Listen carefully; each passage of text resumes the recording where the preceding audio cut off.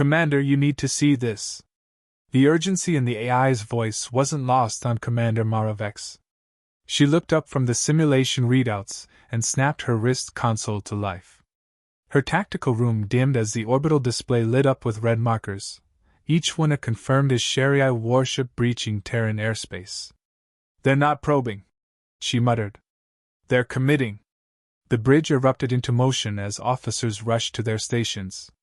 Sirens howled through the steel veins of Earth's orbital defense grid, a relic of the ancient Purge Wars now humming back to life like an awakened beast.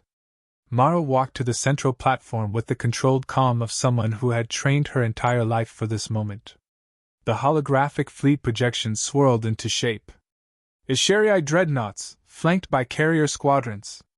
Estimated 400 units, supported by pulse torpedoes and cloak sentries. They're coming fast, Commander, said Tactical Officer Wren, scanning the feed. How close? She asked. 5 minutes to upper atmosphere. They'll reach shield perimeter in 3. Mara clenched her jaw. Earth hadn't seen a full-scale incursion in over 2 centuries. The last time the HFY tested human space, they'd sent a probe.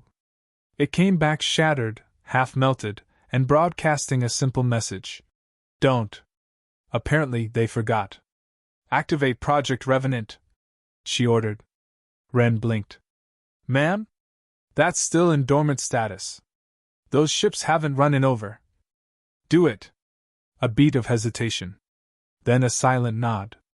Across Earth's orbital graveyard, hulks of decommissioned warships, some dating back to the Mars sieges, lit up like dying stars. Old reactors, never fully deactivated, flared. Inert steel groaned as forgotten warbeasts powered back to life under emergency override codes. Mara stepped to the front display, her fingers tightening over the edge of the console. Glowing from the underside of her gauntlet were 2 tarnished dog tags, welded into the armor, a silent, permanent memory of her brother Cade Vex. Lost during the Eker Prime retreat. Torn apart by HFY shock troops when their fleet hit the colonies without warning. She never forgave them. Never would. Fleet-wide transmission, she said. A brief buzz, then silence across the line as commanders and captains awaited her words. They think we've softened, Mara said, voice like a sharpened blade. They think humanity has forgotten the fire that forged us. Let them come. Today, we remind the galaxy who we are. She cut the line. Below, Earth rotated in serene ignorance. Civilians wouldn't know until it was over. If it was over. On screen, the HFY armada descended, elegant, curved vessels with living hulls, pulsing like heartbeats. Too perfect. Too proud. Target clusters Alpha and Gamma, Mara commanded. Use the wreckage. Corral them. The Revenant fleet, more scrap than ship, lurched forward, guided by AI swarms. They weren't meant to win. Just trap, stall, confuse. Let's make this ugly, she whispered. The first blast hit hard. The sky cracked as a HFY destroyer opened fire, tearing through a defense turret on Station Vora 3. Screams echoed across comms. Mara didn't flinch. Return fire. No mercy. The Revenant ships, glowing dim amber, launched at suicidal speeds into the HFY wedge formation. They detonated point-blank, shockwaves rippling through enemy lines, ripping apart formation integrity. A captured HFY frequency leaked onto the Terran channel. Primitive resistance, laughable, are these memorials they send at us? Mara smiled grimly. Open a reply channel. The enemy voice crackled. Speak, Terran. We didn't come for conversation. You came for conquest, Mara said.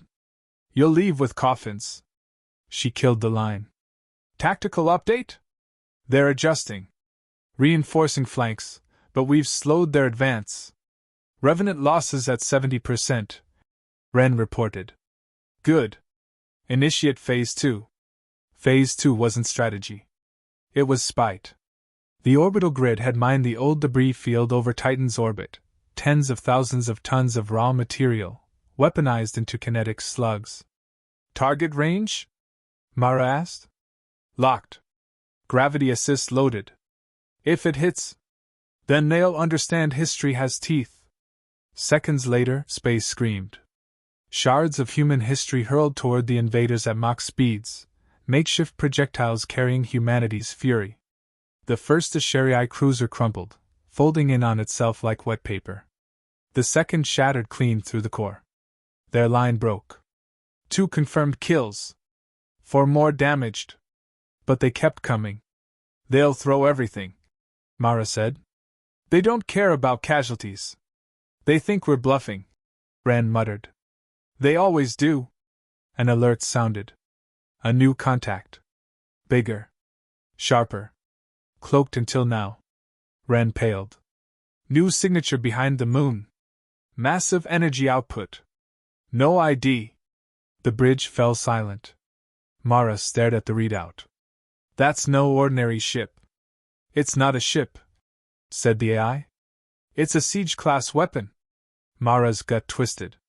She recognized the design. It was crude, but unmistakable.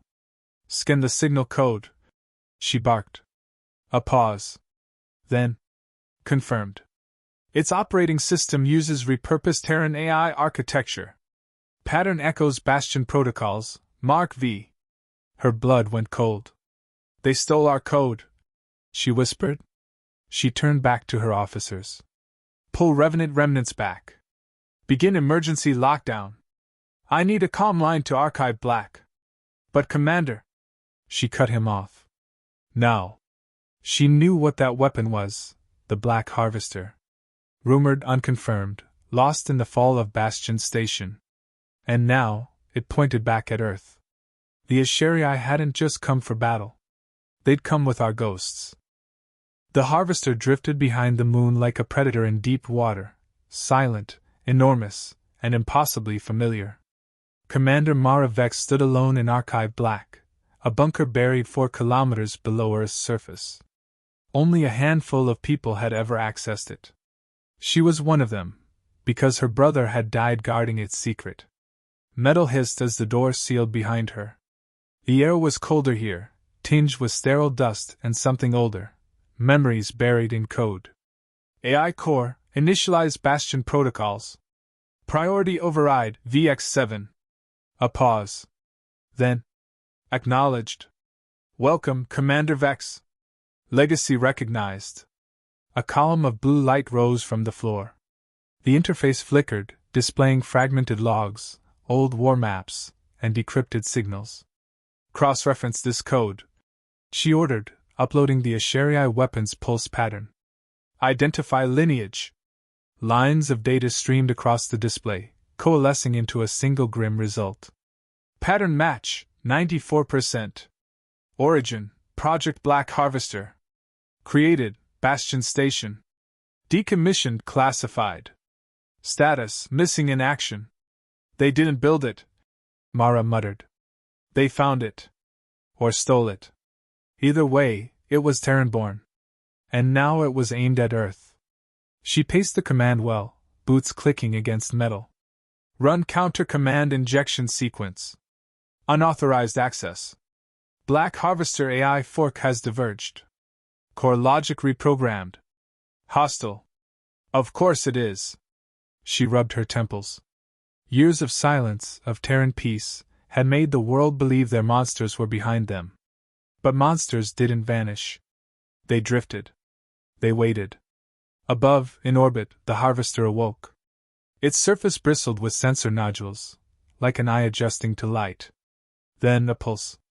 A thin beam of ultraviolet energy lanced from its forward maw, not toward Earth, but toward the HFY fleet. 2 enemy cruisers disintegrated instantly. Back on the bridge, Ren stared at the footage. Commander, the Harvester's firing on them. Mara returned just as the second impact flashed on screen. Her face remained unreadable. They thought they could tame it, she said. Thought they could control what we lost. But the Harvester doesn't obey. Why attack their own fleet? Because it was never theirs. It's not a weapon. It's a response. Ren's brow furrowed. To what? To invasion. To betrayal. To fear. She turned to the tactical display. The harvester's kill ratio climbed. I want full broadcast range. And bring the council online. Ma'am, they'll demand immediate evacuation. They can demand all they want. We're not running. The council appeared moments later, holograms of grim faces, wrapped in panic and politics. Mara, Chancellor Deneb began. Your report was unclear. Are you telling us the enemy has a Terran superweapon? No, Mara said calmly. I'm telling you we do. Or did. And now it's loose. You can't possibly be thinking of. I'm not thinking, she cut in. I'm doing. We either disable the harvester, or we let it decide who deserves to survive. Counselor Ashar leaned forward. Even if it turns on Earth? Mara met his gaze. If we run, it won't matter. Earth's death will follow us. It always does. Silence. Then the Chancellor sighed. Proceed. 3 hours later, a captured HFY pilot sat in a reinforced chamber aboard the defense ring. He looked like all of them, tall, pale, serpentine in posture, skin shimmering with bioluminescent patterns. His name was Kael'Tir. His jaw was broken. His eyes burned with quiet terror. Mara entered without a word, dropped a metal object on the table, a worn Eurojack with the Bastion insignia etched into it. He stared at it, then at her. We didn't know, he rasped. Didn't know what? What it was. What you were. She Saturday. Talk. Kael'Tir swallowed hard. We believed your kind had decayed. History showed you as fragmented. Divided. Broken. Because we chose silence. He nodded. We found the harvester wreckage adrift in the Telnari expanse. Scavengers sold us pieces. We saw potential. We didn't know it was a burial, she interrupted. Kael'Tir shuddered. It speaks. We tried to reprogram it. And then, it began speaking back. What did it say? He trembled. It said, if I wake you burn. Mara rose. That's what I needed to hear. Back in orbit, the harvester hovered in silence. Its core pulsed with a low hum, a beat that synced with no known frequency. It had stopped firing, but not because it was finished. Inside her command chamber, Mara tapped into the deepest archives. An old Bastion command string, something her brother once whispered in simulation drills, looped in her mind. Glory to Bastion. A gamble. Maybe the harvester still recognized that phrase.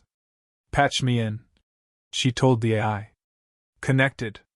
Uplink to harvester at 23% stability. Proceed. Mara leaned close to the mic. This is Commander Mara Vex. Legacy code VX7. Glory to Bastion. A long pause. Then a single word crackled through the speaker, distorted ancient human. Acknowledged. It worked. Redirect targeting protocol, she ordered. Confirm friend or foe using updated Terran parameters. Processing complete. Ren stared at her like she'd raised the dead. You just told the most dangerous weapon we ever built that we're still alive, he whispered. I reminded it who we are. But the moment of hope didn't last. A new warning blared across the system. Enemy reinforcements detected. HFY secondary fleet entering orbit. Mara swore under her breath. Estimated time to impact? She asked. 17 minutes, Ren replied. And they've got something new, planet killer class. She turned toward the window. First, they tried to tame our monsters. Now, they brought their own. But this time, she wouldn't wait. Bring me the Revenant protocols again. We're not done showing them who they woke. The harvester floated in eerie silence above Earth, its core dimmed, listening. Below it, the second wave of HFY warships tore through the atmosphere like fire through silk, sleek, fast, and unrelenting. Commander Mara Vex didn't flinch. Launch the Revenant strikes, she ordered. Within seconds, abandoned mining rigs hidden in Jupiter's shadow came alive. Each one, a gutted station turned into a kinetic bomb. Decades ago, they were nothing more than cold, rusting shells. Now they were missiles. Trajectory locked, Ren confirmed. Impact in 90 seconds. The bridge crew braced as the Earth defense grid's silent ghosts flew. Mara stood at the front of the observation pane, arms crossed. Let's make them regret digging this graveyard. High Warlord Zarin Krav stood aboard his flagship, Blood Spear, eyes fixed on the blue world below. Around him, the new fleet waited, ready to obliterate resistance and finish what the first wave failed to accomplish. Terran resistance is collapsing, reported his second-in-command, a lean creature with mirrored eyes. But the AI construct, Harvester, remains rogue. It's not responding to override attempts. Zarin's voice was dry. Then stop talking and destroy it. His officer hesitated. Sir, it just redirected all kinetic fire. It's targeting our fleet. All of it. Before Zarin could respond, the lights dimmed. A hollow vibration hummed through the hull. They turned to the view screen. Outside, giant mining platforms, armed with crude propulsion engines, pierced through the vacuum. They struck without elegance, smashing into HFY carriers with thunderous force. Hulls crumpled. Engines flared out. A ripple of panic spread through their ranks. They're turning garbage into weapons, the officer whispered. No, Zarin growled. They're turning memories into blades. Back on Earth's command deck, Mara watched the destruction unfold. 2 carriers down. Confirmed. Several more scattering, Ren said. They expected brute force to work, she muttered. They forgot who taught the galaxy what desperation really looks like. He nodded. We're still outnumbered. Not for long. She moved to the console, fingers flying. Patch me into the Harvester again. The AI flickered to life. Static. Then connection. Harvester unit. Command relay Earth defense. Directive updated. Assist in neutralizing planetary threats. Confirm? Confirmed. Hostile signatures locked. The Harvester spun slowly, core flaring white-blue. Along its spine, energy coils aligned like vertebrae. Then it spoke, not with words but with action. A ripple burst from its center. Gravity buckled. Light bent. Then, detonation. The HFY battle formation shattered. A dozen ships were erased in one sweeping arc. Mara's crew watched in silence, awe tightening their chests. Then Ren broke it. We just got a transmission from a neutral colony in the Kasari belt. One sentence. What? He looked up. They said you've awakened the old gods. Down in the repair bay, the wounded were being treated, some conscious, some silent, some already zipped in polymer bags. Lieutenant Ira Vol, a young officer Mara once mentored, was one of the barely breathing. Mara knelt beside her. The girl's ribs were crushed. Blood trickled from the corner of her mouth. You didn't run, Mara said. Ira smiled weakly. You told us, never give them a clean win. She reached up, handed Mara a data rod. Drone cam. Captured their attack vector. Might be useful. Mara took it. It will be. Ira's eyes dimmed. Her hand fell away. Mara stood, jaw locked. This wasn't about territory anymore. It was personal. Later, in the war room, she slid the rod into the core reader. A 3-dimensional image came alive. It showed the interior of the Sundering Light, the HFY's final play. A planet killer. Roughly the size of Earth's moon. Shielded. Armed. And already en route. Estimated arrival, 6 hours. Can the Harvester destroy it? Ren asked. No, Mara said. It wasn't built for that. Then we're out of options. Not yet. She turned to the room. Prep a stealth corvette. I'll board it myself. Ren blinked. You're going inside that thing? Yes. I've studied Terran core codes my entire life. And their systems are built on stolen Earth AI. That's our backdoor. He hesitated. You won't make it out. I don't plan to die. Minutes later, the Eclipse Ghost launched. A needle-sized ship, invisible to radar and silent in its approach. Inside, Mara sat alone, armored, wired into navigation, her pulse synced with the onboard AI. She watched as the sundering light came into view, colossal, slow-moving, yet unstoppable. "You ever faced extinction before?" she whispered. The AI responded coolly. "Only in simulations. Success rate, 2.4%. Mara smiled faintly. "Good. That means they haven't seen what happens when humanity remembers." She breached the lower access port with surgical precision, cutting through the stolen Terran code like silk. The interior was cold, dark, half alive with stolen tech.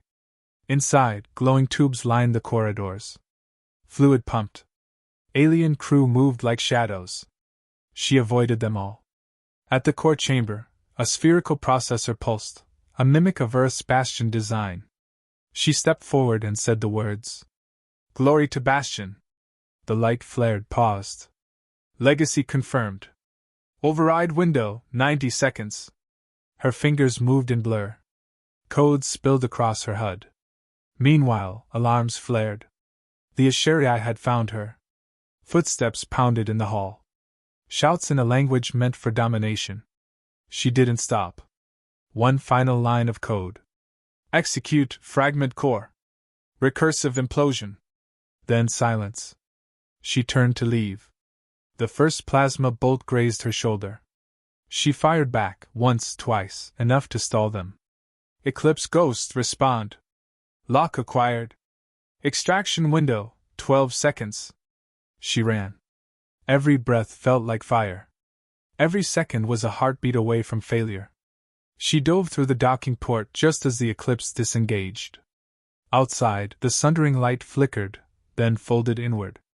Energy cracked. Pressure built. Then, explosion. Not fireworks.